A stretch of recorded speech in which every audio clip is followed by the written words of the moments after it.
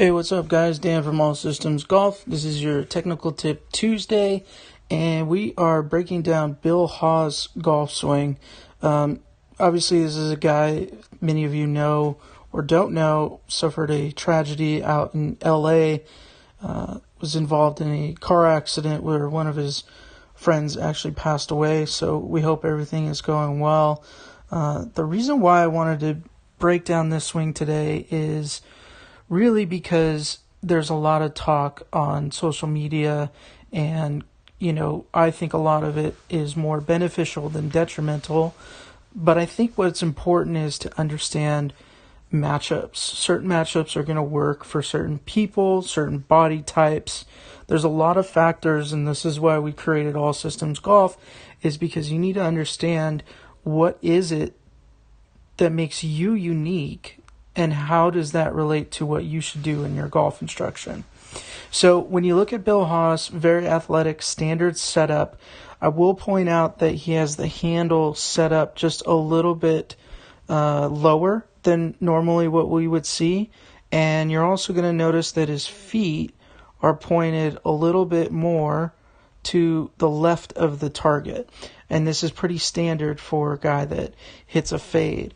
The last thing I want you to kind of understand and see is that he addresses the golf ball on the heel or neck of the club. And we're going to find out why he does that. Whenever you see a player, especially a professional player, do something unique in their setup or in their backswing, golf swing, it's for a reason. These guys hit the center of the face more often than not, and there's reasons why they can do what they do. Luke Donald is also a pretty good example of a guy that sets up on the neck, and I believe Adam Scott does that as well. So this is not an uncommon thing by any means.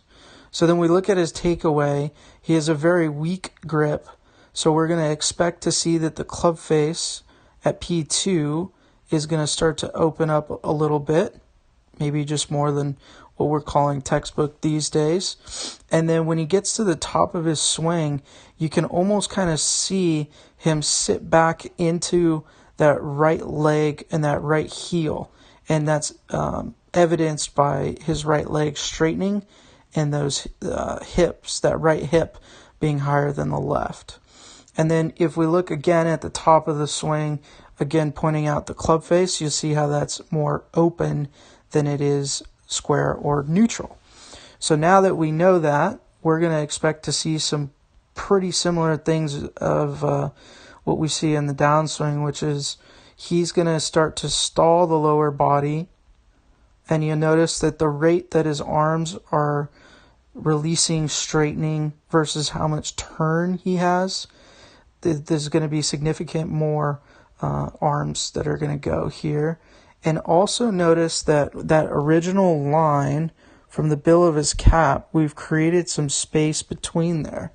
Well, that should make sense, because what's happening is that Bill is transferring weight into his left heel, which is a fade biased pressure trace. And because of that, he's sort of backing out of the shot just a fraction. And as these arms straighten, that allows him to square up or slightly close the club face in relation to his target.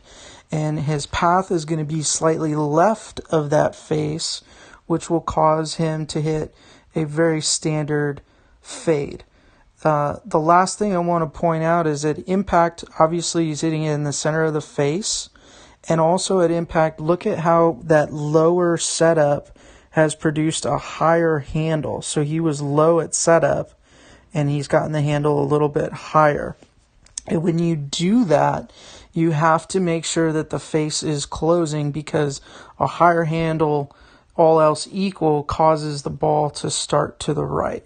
So if he struggles with start lines or something like that, that would be the first thing, is to kind of fix, obviously, alignment and setup, and then look at the face angle at impact. So for you players that are trying to fade the ball, set up a little bit more left, and then give yourself some time to sort of straighten the right arm and square up that face so that you can hit a nice fade like Bill.